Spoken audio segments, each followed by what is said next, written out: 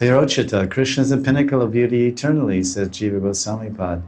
Okay, fine, but why? Okay, we know he's Nitya Sundar. Satyam Sundaram Shivadam. That's eternal.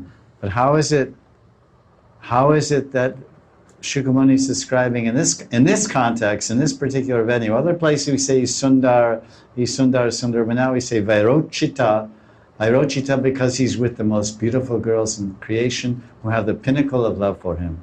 So when you combine the topmost possible love of God with the topmost beauty, you have an irresistible attraction in the form of Srimati Radharani. So they're all there. So this is the meaning of Vairochita. And he makes an analogy. In the presence of Radharani and the gopis, Krishna takes on a special beauty. Therefore, he is glorified with the Sanskrit word Vairochita. Example, just as the Purna Chandra, full moon, becomes beautiful when surrounded by stars shining in all directions, Krishna became most beautiful when surrounded by the gopis. This suggests the eternal nature. Oh, this is very nice. This suggests the eternal nature of Krishna and the gopis' beauty and love and their eternal relationship with him. In other words, it didn't just happen.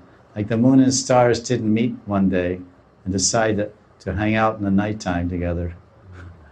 The moon and stars are eternally coexisting in a relationship within the nighttime. In the night the moon comes out, and the night the stars come out, and they exist together. So the moon in this analogy is Krishna Chandra, and the stars are the star-like gopis. And that's why this is his comment on this phrase that Virochita Indubir. Indu Virtat, so that moon. So this is the analogy.